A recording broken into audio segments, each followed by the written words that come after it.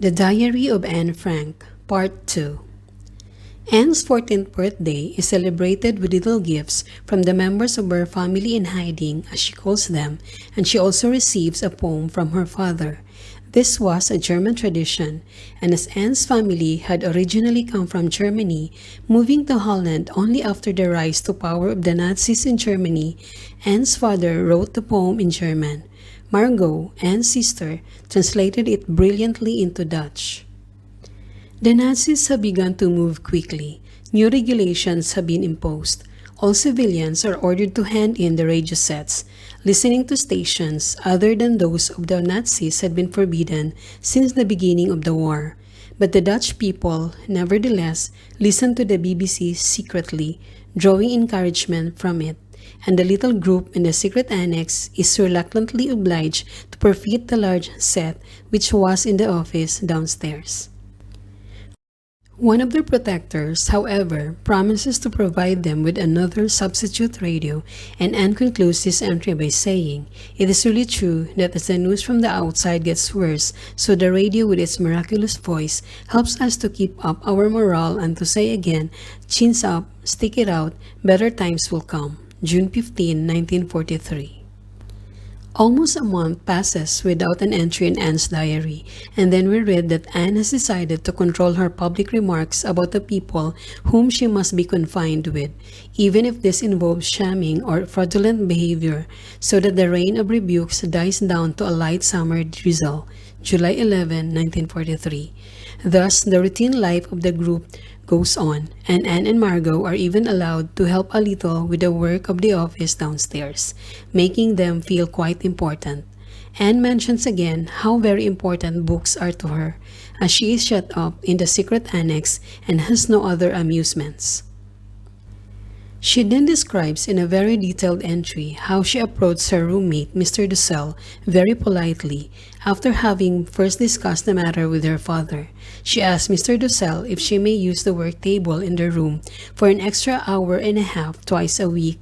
She explains that there is too much going on in the common room, and that although she is able to work on the table every day from 2:30 until 4, while Dussel sleeps, she needs more time to work. She's very disappointed and angry when Dussel absolutely refuses her request without giving any explanation. Yet, Anne keeps her temper and asks him to reconsider. She then recounts Dussel's selfish, melodramatic, and false tirade against her, again describing her own self-restraint and the immense mental effort that this discipline represents for her. Eventually, at her request, her father intervenes on Anne's behalf, and Dussel gives in. Anne concludes, "Dussel didn't speak to me for 2 days, and still had to go and sit at the table from 5 till 2:30, frightfully childish. A person of 54 who is still pedantic and small-minded must be so by nature and will never improve." July 13, 1943. Various events occur to alarm the group in the secret annex. The offices downstairs are burglarized, although this is noticed only after it has occurred sometime during the night. July 16, 1943. The air raids continue by day as well as by night, so that there is a constant fear of both fire and discovery. The news that Mussolini has resigned provides some encouragement, but the emotional and physical exhaustion resulting from the sleepless nights of the air raids continues. July 26, 1943. In the following entry, Anne describes her efforts to find a neutral topic of conversation while she is doing the dishes with Mrs. Van Daan and Mr. Dussel, and how this tactic not only fails but backfires because of a critical comment that Anne makes of a book which Dussel has recommended. This sets off Dussel and Mrs. Van Daan on a long tirade about how badly brought up Anne is and how her ideas and opinions are all wrong. Anne comments perceptibly, "I suppose it's their idea of a good upbringing to always try to set me up against my parents, because that is what they often do." July 26, 1943. Anne then allows herself to note all of her criticisms of Mrs. Van Daan, describing her as very pushing, selfish, cunning, and calculating, but adds in a postscript, "Will the reader take into consideration that when this story was written, the writer had not cooled down from her fury?" Anne begins to give a detailed account of the group's daily routine, starting on August 4, 1943, with an account of their evening and nighttime routines, who sleeps where, who washes when, and how Anne leaves hairs in the bathroom sink. She also describes the strange noises which the house and its inmates make during the night. There's also a graphic description of Anne using the potty in the middle of the night, waking up from a dream to a sound of an air raid and scampering into her father's bed in fear. This last episode is illustrated by a verse from the poem which Margot wrote for Anne's birthday. Anne continues her account the following day with a description of lunchtime. Her review of the evening meal becomes an analysis of the characters of the people sitting around the table, their eating habits, their ways of talking, and their general traits. On the whole, these are not very complimentary. In the passage for August 18, 1943, Anne manages to give a vivid and entertaining account of a rather mundane task, potato peeling. She has a keen eye and she carefully observes the little nuances of speech and the physical gestures which characterize the various members of the group. There's also a touching description of what Anne calls a little bit of real family life. August 23, 1943. The members of the group are up before 8:30 when the workers begin their duties in the warehouse, and even though the office staff has not yet arrived so that it is necessary for the group to be particularly quiet, Anne and Margot and their parents sit, read or work in the room until it is time for breakfast at 9 o'clock. The news about Italy's capitulation raises everyone's spirits. September 10, 1943. But this is upset by the illness of one of their protectors, Mr. Coupois. Another cause for concern is the fact that one of the workers in the warehouse appears to suspect something, and thus the already strained nerves of the members of the group lead them to virtually refrain from speaking to one another, because whatever is said you either annoy someone or it is misunderstood. Anne takes sedatives to calm her nerves and so presumably do the others, but she notes that it doesn't prevent me from being even more miserable the next day. A good hearty laugh would help more than 10 valerian pills, but we've almost forgotten how to laugh. September 16, 1943. This remark, "but we've almost forgotten how to laugh," is but one of the many of Anne's comments that suggest that here is a person of a sensitivity, an intelligence, and a maturity far beyond her chronological years. Mrs. Van Daan's birthday is celebrated, and the members of the group, as well as the protectors, give her presents of things to eat, as well as some food coupons. Anne remarks, "Such are the times we live." September 29, 1943. The strained relations between the members of the group continue, and Anne's words, "Oh, what kind of explosion is hanging over us now? If only I wasn't mixed up so much with all of these rows. If I could only get away. They drive us crazy before long." September 29, 1943. Are desperate cries from her heart. One day, Mrs. Van Daan is obliged to sell her fur coat to raise money for food, and this leads to additional quarrels. Anne remarks ironically, "And now the reconciliation period of Oh Darling Pooty and Precious Curly has set in." Then she adds, "I am dazed by all the abusive exchanges that have taken place in this virtuous house during the past month. Quite honestly, I sometimes forget who we are quarreling with and with whom we've made it up. The only way to take one's mind off it all is to study, and I do a lot of that." October 17, 1943. Sundays, when there's no one working in the office, and when there's no relief from the tedium of the group, are particularly depressing days for Anne. She describes them with a telling phrase, "The atmosphere is so oppressive and sleepy and as heavy as lead." October 29, 1943. We can feel her painful desperation at being jailed for over a year when she writes, "I wander from one room to another, downstairs and up again, feeling like a songbird whose wings have been clipped and who is hurling himself in utter darkness against the bars of his cage." October 29, 1943. With an admirable sense of self-awareness, Anne writes, "If you were to read my pile of letters one after another, you would certainly be struck by the many different moods in which they are written. It annoys me that I am so dependent on the atmosphere here, but I am certainly not the only one. We all find it the same. November 8, 1943. She also gives us a very vivid account of her fears and nightmares, remarking that although she talks about the concept of after the war, it is only a castle in the air, something that will never really happen.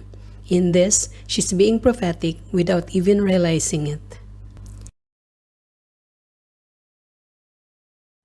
Anne's diary entries now begin to show an increasing sense of sadness, desperation, and occasionally the loss of hope, although there is an entertaining interlude entitled Ode to My Fountain Pen in Memoriam, in which Anne recounts how she received her fountain pen as a gift from her grandmother when she was 9 and how it was accidentally burned in the stove that day, November 11, 1943. One night, Anne dreams about her best school friend Liz, and she is shot through with guilt at living in comfort at being unable to help Liz in any way. In her dream, Anne sees Liz clothed in rags, her face thin and worn, her eyes were very big. November 27, 1943. This is an accurate description of the appearance of most of the concentration camp inmates, although Anne did not know and could not have known Liz's condition. Sadly, ironically, Liz really was in a concentration camp. The Dutch festival of St. Nicholas Day is celebrated with little poems that Anne and her father have written for everybody, and Christmas is marked by the exchange of small gifts. Anne has recovered from a bad bout of flu and comments that they're all getting on well together for a change. There's no quarreling. We haven't had such peace in the home for at least half a year. December 22, 1943. Anne's account of her feelings is extremely, almost achingly honest in the entry for December 24, 1943, when she writes at length about her longing to go outside, to walk about freely, to do the things that young people all over the world do, and above all, to simply have fun. This futile wish leads her once again to the sad topic of what she considers to be the inadequacies of her mother, and Anne vows to behave differently when she has children of her own. Anne seems to have expected too much of her mother, who would probably have functioned well enough in normal circumstances. But here, in this horrible situation, Mrs. Frank appears to be almost unable to understand her mercurial daughter, a girl of high intelligence and sensitivity. Remember that these are exceptional and dangerous conditions in which the Franks are trying to survive, and Mrs. Frank is just an ordinary, middle-class person with perhaps a limited imagination. Anne mentions the fact that the mere act of writing her thoughts down in her diary has improved her mood a little. She also refers to her father's phrase, the love of his youth, December 25, 1943, realizing that her father had confided in her concerning this person the previous year, but then she had not been able to understand the meaning of his words because he had to express his own feelings for once rather than coping with those of others. Anne adds that her father has become very tolerant. I hope that I shall grow a bit like him without having to go through all that suffering. This entry reveals Anne's sensitive awareness of her own faults and her desire to improve herself, as well as showing us Anne's acute consciousness of the feelings of others. Anne's moods continue to swing back and forth between grief, compassion, and guilt. She grieves for the past and for loved ones who are gone, and there's also Anne's ever-growing compassion for those Jews whose suffering is greater than hers. In particular, she thinks about her girlfriend Liz, December 29, 1943. She also feels guilty for having negative feelings about her mother, January 2, 1944. Anne seems to be becoming more aware of what it is that she believes that her mother lacks, January 5, 1944, namely, a certain sensitivity to the feelings of her lively, moody adolescent daughter, and although this does not really ease Anne's pain at being misunderstood, it does help her to cope with it. Anne's longing for a girlfriend, January 5, 1944, is partly fulfilled when, on January 6, 1944, Anne decides to go up to Peter Van Daan's room and talk to him. Peter is a rather shy boy, 2 years older than Anne, and it seems that he is not averse to having Anne come and talk to him. Anne, however, is torn between her need for someone to confide in and her fear of seeming to be too forward. But she concludes, "Don't think I'm in love with Peter. Not a bit of it. If the Van Dans had had a daughter instead of a son, I should have tried to make friends with her too." That night, Anne dreams about a former boyfriend, also called Peter, dreaming about him in a rather romantic way, and she feels certain, upon waking, that Peter was still the chosen one. This leads her in her next diary entry on January 7, 1944, to relate the history of all her boyfriends at the various stages of her life. Anne writes, "What do I care about the lot of them? Peter belongs to me and no one knows anything about it. This way I can get over all the snubs I receive. Who would ever think that so much can go on in the soul of a young girl?" January 12, 1944. After writing rather antagonistically about the faults of the Van Dans, Anne comes to realize that the faults which she sees in them might not necessarily be theirs alone. It is a very perceptive and mature Anne who writes, "Until now I was immovable. I always thought the Van Dans were in the wrong, but we too are partly to blame. We have certainly been right over the subject matter, but handling of others from intelligent people, which we consider ourselves to be, one expects more insight. I hope that I have acquired a bit of insight and will use it well when the occasion arises." January 22, 1944. Another milestone of maturity is passed when Anne manages to have a conversation with Peter about sex. When he shows her his cat's male organs, Anne feels strange, but she admires Peter for being able to talk about it in a matter-of-fact way. Other than that, the normal daily routines of the little group continue. Anne is still involved in her studies, but she also occupies herself with compiling the family trees of the royal families of Holland and England, as well as collecting pictures of the various movie stars of the time. The adults continue to annoy her by repeatedly telling the same anecdotes, and in a telling phrase, she marvels at the fact that we are quite as used to the idea of going into hiding or underground, as in bygone days one was used to daddy's bedroom sleepers warming in front of the fire. January 28, 1944. Their protectors continue to help and encourage them, even though this involves danger for them, and Anne regards this as being on a par with all other acts of heroism performed during the war, vowing never to forget them. The probability of an invasion of Europe by the Allies, the forces fighting against the Nazis, increases, and all sorts of rumors and speculations are talked about and considered. The group in a secret annex is aware of all this through their protectors, as well as through listening to the BBC. Anne gives examples of the kinds of conversations conducted by the members of the group, concluding rather fatalistically, "I myself keep very quiet and don't take any notice of all the fuss and excitement. I have now reached the stage that I don't care much whether I live or die. The world will still keep on turning without me. What is going to happen will happen, and anyway, it's no good to resist. I trust to luck and do nothing but work, hoping that all will end well." February 3, 1944. Anne's growing relationship with Peter continues to excite and console her, even though she remains terribly frustrated by having to remain inside, especially now when spring is beginning, filling her with longings to talk, for freedom, for friends, to be alone. February 12, 1944.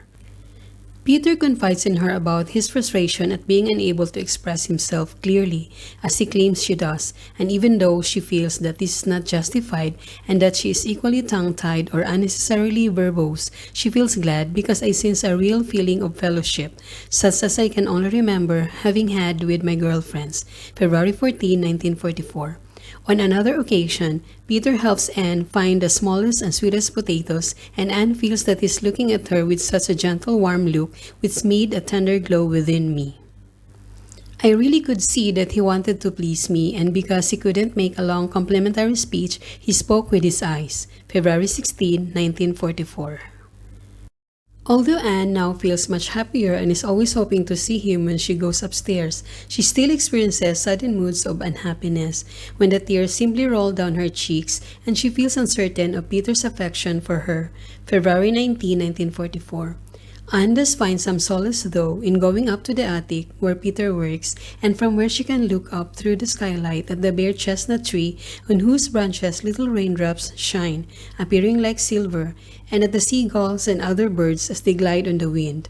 February 23, 1944. From that room, Anne can also look out over Amsterdam, gaze at the roofs and at the horizon, and in her misery, she finds that this communion with nature and with the things that seem more permanent than man bring peace to her soul.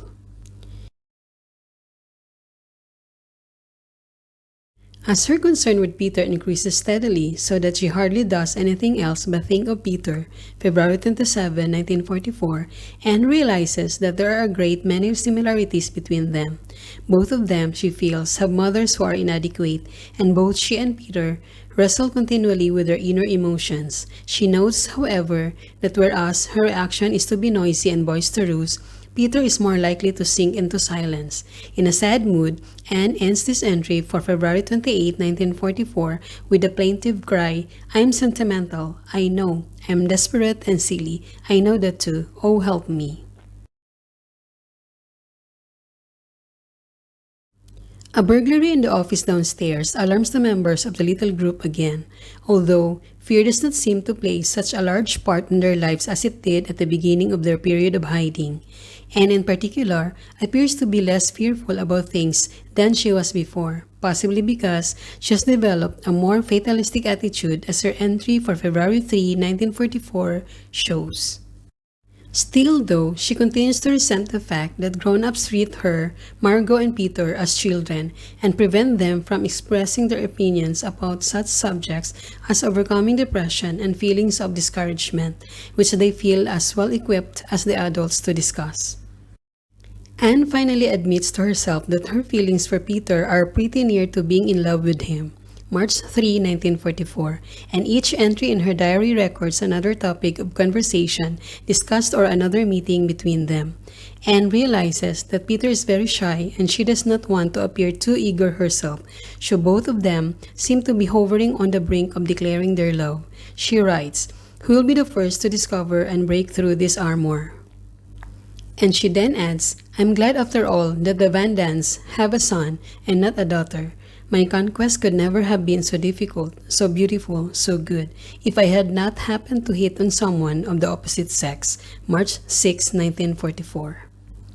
In one of her more introspective moods, Anne looks back to the girl she was and to the life which she had led before she went into hiding, noting that it all seems so unreal. It was quite a different Anne who enjoyed that heavenly existence from the Anne who has grown wise within these walls. March 7, 1944. While recognizing that her life beforehand had been enjoyable, she admits that she was certainly more superficial then, and that she will never again be able to live like that, at least not for long stretches of time. She maintains that even then she felt a certain emptiness, but disguised it with a constant flurry of activities and friends. She also analyzes the various phases which she had gone through after going into hiding. She speaks of her initial confusion, followed by depression, and then, as she began to mature, both physically and emotionally, she describes her growing self-awareness, and finally, her discovery of her inward happiness through her close relationship with Peter Van Dan. The daily problems of obtaining and preparing food, getting along with the various members of the group, contacts with the outside world, and news of the progress of the war still occupy Anne's thoughts to a considerable extent. But some things have changed. Anne's feelings about Peter, for example, caused her to be very reserved with her family, and she says, "The brightest spot of all is that at least I can write down my thoughts and feelings, otherwise I would be absolutely stifled." March 16, 1944. As we read, we realize that Anne continues to resent being cooped up with the other members of the group and that she still objects to being treated as a child, for she says, "Although I'm only 14, I know quite well what I want. I know who is right and who is wrong. I have my opinions, my own ideas and principles, and although it may sound pretty mad from an adolescent, I feel more of a person than a child. I feel quite independent of anyone." March 17, 1944. More and more, Peter and Anne confide in one another, and Anne records their conversations in her diary. As they opened their hearts to one another, talking about their initial impressions of one another when the group first went into hiding, they realized that they have even more in common than they had ever imagined. Anne, however, is sad at the thought that Margot is made wretched by Anne's relationship with Peter, since Margot also likes him. But Margot assures Anne in a letter that it is not that she herself loves Peter, but rather that she regrets not having found anyone for herself yet. This sets off a touching exchange of letters between Margot and Anne, in which each one shows her concern for the other's feelings. It was obviously easier for them both to set their emotions down on paper than to talk about them face to face.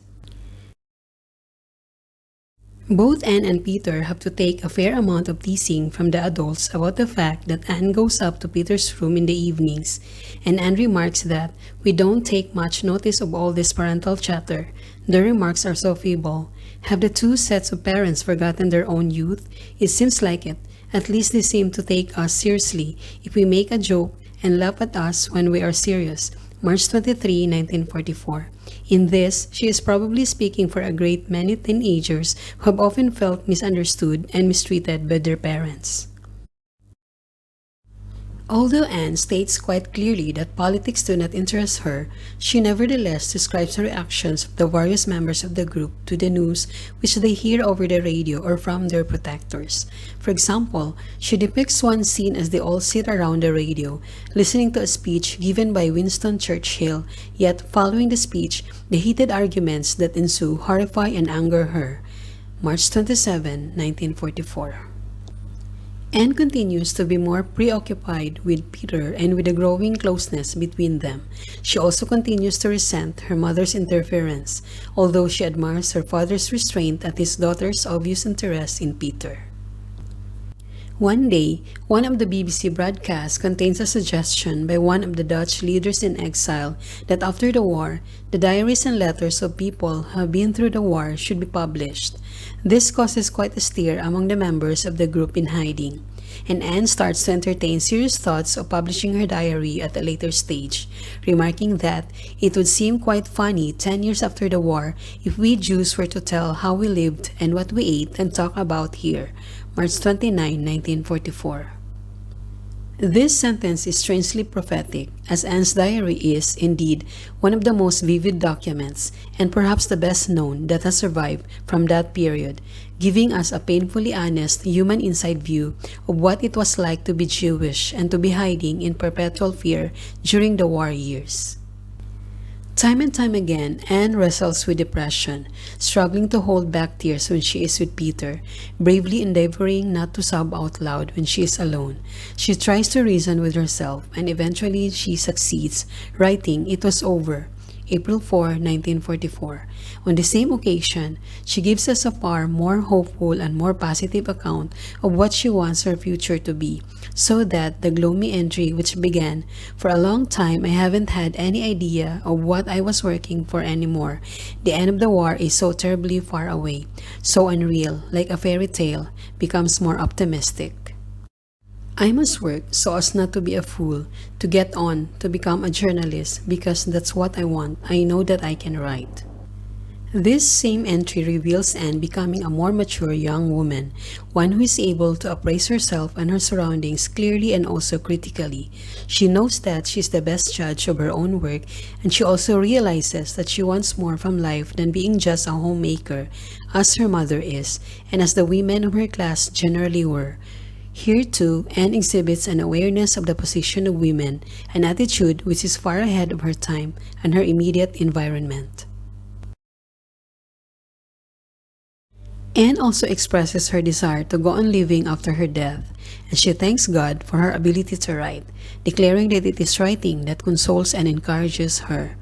How ironic it is to read Anne's heart-searching entries and her assertions about the future when we know, as she could not, that these hopes of hers were indeed fulfilled, but not in the way she expected, and that the very words which she was writing at that moment were to bring her far greater immortality than she could have ever imagined.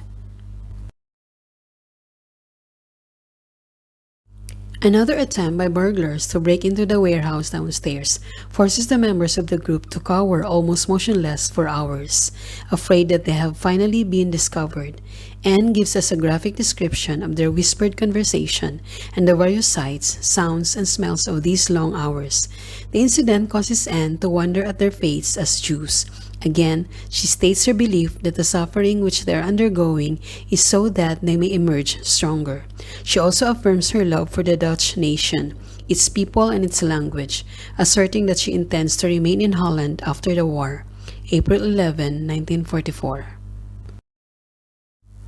Anne is, figuratively, up in the clouds when Peter kisses her for the first time, April 16, 1944, although her doubts regarding the propriety of this and the probable reactions of her parents and sister, if they had known about it, strike us as rather odd in this age of permissiveness.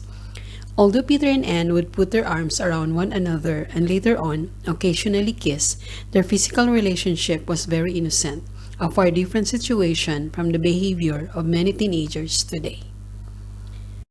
Once again, Anne displays astonishing maturity for a girl of 14 by refusing to accept completely the extremely strict moral standards of her time, writing, "We are shut up here, shut away from the world in fear and anxiety, especially just lately. Why then should we, who love each other, remain apart? Why should we wait until we reach a suitable age? Why should we bother?" April 17, 1944. Anne's happiness with Peter is not overshadowed by the daily trials of life in the secret annex, but perhaps Anne's awareness of what maturity means has been heightened, for it is a very perceptive, if disenchanted, Anne who writes that the ordinary man in the street is as much to blame for the war as are the politicians, and that there is a destructive urge in everyone, so that, unless this changes, bloodshed will always continue. Nevertheless, her irrepressible optimism causes her to write, "I am young and I possess many buried qualities. I am young and strong and am living a great adventure. I am still in the midst of it and can't grumble the whole day long. I have been given a lot, a happy nature, a great deal of cheerfulness and strength. Every day, I feel that I am developing inwardly, that the liberation is drawing nearer, and how beautiful nature is, how good the people are about me, how interesting this adventure is. Why then should I be in despair?" May 3, 1944. Following the advice that Margot has given her, Anne writes a letter to her father, explaining her feelings about him and her mother, the difficulties she has been through during the period they have been hiding, and speaking honestly of her refusal to knuckle under to what she has known has been his silent disapproval of her relationship with Peter. May 5, 1944. Anne's father has a long and emotional talk with her after this letter, and Anne regrets having wounded his feelings, acknowledging that she might have misjudged him. Various setbacks, such as the arrest of the man who brought them vegetables, rumors that there is growing anti-Semitism among the Dutch people, and Anne's fears that, having been born in Germany, she and her family will not be able to remain in Holland once the war is over, cause Anne's spirits to fall. She wonders if they might not all be better off dead, but still she clings to her hope that something will happen, and that the war will end soon. May 26, 1944. The news of the Allied invasion of Europe revives the optimism of the group, and Anne's 50th birthday is celebrated in a spirit of greater cheerfulness, June 13, 1944. The last few entries in Anne's diary are concerned with the various daily events that Anne has written about all along, the moods of the members of the group, their preoccupation with food, the books they read and discuss, Anne's relations with her parents, and her feelings toward Peter. Anne's last entry on August 1, 1944, 3 days before the secret annex is raided by the police and its occupants are sent to concentration camps, is one in which Anne analyzes herself and her situation, displaying considerable powers of perception. She concludes, after acknowledging that her flippant behavior is just a front to help her cope with the people around her, with a statement that she keeps on trying to find a way of becoming what I would like so to be, and what could I be if there weren't any other people living in the world. Anne has not wasted her time while she has been in hiding. Under her father's guidance, she has continued studying various subjects, skills, and languages. She has developed her writing, especially so that the style in her diary has become more varied and vivid. In fact, her diary contains descriptive passages, conversations, character analysis, and honest introspection that we would not expect from such a young girl. This is one of the reasons why it has managed to capture the interest of so many people over such a long period of time. Very simply, it is well written. Anne's ability to analyze people and situations has grown as we watch, so to speak, so that we do not feel that we are reading the maudlin confessions of a mixed-up teenager. Rather, we are eager to find out what this intelligent young woman has to say about the varied subjects which she chooses to write about. Being forced to remain in hiding for 2 years is obviously too high a price to pay for precocious maturity, but how much poorer our world would have been had we not been granted this glimpse into the inner workings of a young girl's mind in the years that were so fateful for her and for the whole world. Of the 8 people hiding in the secret annex, only one, Anne's father, survived. Older Dutch protectors or helpers managed to live through the war, and even Anne's school friend Lise, about whom she thought and dreamed, and whom she mentions in the diary, survived. In his book, Anne Frank, A Portrait in Courage, Ernst Schnabel has retraced Anne's life. It starts in the town of Frankfurt, in the house where Anne spent her early childhood. Schnabel interviewed people who knew the Frank family in Frankfurt, and later, those who knew them in Amsterdam. After the groups captured by the Nazis, they were taken back to Germany and were sent to concentration camps. Ernst Schnabel also interviewed people who had been in the camps with the Franks and had witnessed their final moments, as well as those of the other members of the group in hiding.